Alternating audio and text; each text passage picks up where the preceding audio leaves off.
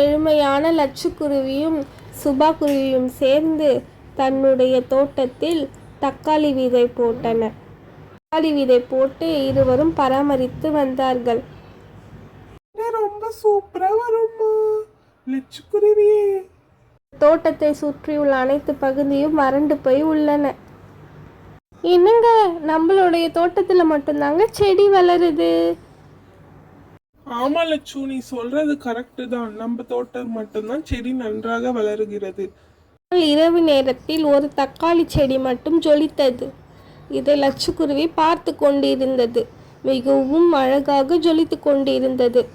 தக்காளி செடியே, என்ன நீ மட்டும் ஜொலிக்கிற? ஒரு அதிசய செடி, அதனாலதான் ஜொலிக்கிறேன் லட்சுக்குருவியே. உங்களுடைய தோட்டத்திற்கு நான் மிகவும் நன்மை செய்வேன் லட்சுக்குருவியே. நீங்கள் என்னை பார்த்து பயப்பட வேண்டாம். நான் ஒரு நல்ல தக்காளி செடி. எனக்கு தவறாமல் தண்ணீர் மற்றும் ஊற்றுங்கள். வேற எதுவுமே பண்ண வேண்டாம். என்னது தக்காளி பேசுது? ஆச்சரியமா இருக்கே. மறுநாள் காலையில் நிறைய தக்காளிகள் இருந்தன. தக்காளி திடீரென ஒரு வீட்டை கட்டி கொடுத்தது. அதுவும் தக்காளி வீடு. பார்த்தீங்களா அதிசயத்தை? ஆமாண்டி, என்ன ஒரு அதிசயம்.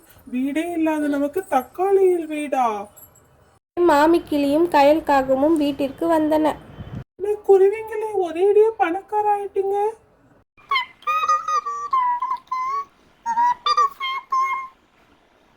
இரண்டு குருவியும் தக்காளியை மார்க்கெட்டில் விற்க சென்றார்கள். நிறைய காசு கிடைத்தது.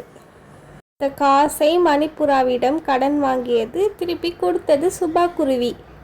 இதை அனைத்தையும் மேலே இருந்து தங்க காகம் பார்த்து கொண்டிருந்தது. ஐயோ, இவங்களுக்கு மட்டும் எப்படி இவ்வளோ காசு கிடைக்குது? கடனெல்லாம் சீக்கிரமா அடைக்கிறாங்களே என்று யோசிச்சு கொண்டிருந்தது. ஒரு வாய்ப்பும் கிடைக்க மாட்டேங்குது. இவங்க எப்படிதான் பணக்கார ஆகுறாங்கன்னே தெரியல. நம்ம தான் இப்படி கஷ்டப்பட்டு கிடக்குறோம். காற்றில் பலத்த இடி மின்னலுடன் மழை பெய்தது. மிகவும் அதிகமாக மழை பெய்ய ஆரம்பித்தது. தங்க காகம் பறந்து லட்சுக்குருவின் வீட்டிற்கு சென்றது. மழையில், லட்சுக்குருவியே, வெளில நிறைய மழை பெய்யுது. ஒரு நாள் இடம் தராயா ப்ளீஸ் குருவியே? மழை நிறைய பெய்யுது. அண்ணா, நான் முடிவு எடுக்க முடியாது அண்ணா. என் கணவரிடம்தான் கேட்கணும். என்னால் பதில் சொல்ல முடியவில்லை அண்ணா. என்ன பண்றது அண்ணா? சரி தங்கக்காகவே, இன்னைக்கு ஒரு நாள் நீ தங்கிக்கோ, வா. தங்கக்காகம் உள்ளே சென்று வீட்டை சுற்றி சுற்றி பார்த்து கொண்டிருந்தது. உங்க வீடு ரொம்ப அழகா இருக்கு லட்சுக்குருவியே. அதுவும் ஜொலிக்குது. எல்லாம் தக்காளி போலவே உள்ளது லட்சுக்குருவியே. இந்த மாதிரி ஒரு வீட்டை இந்த காட்டுல நான் பார்த்ததே இல்லை லட்சுக்குருவியே. ரொம்ப நன்றி அண்ணா, மிக்க நன்றி அண்ணா.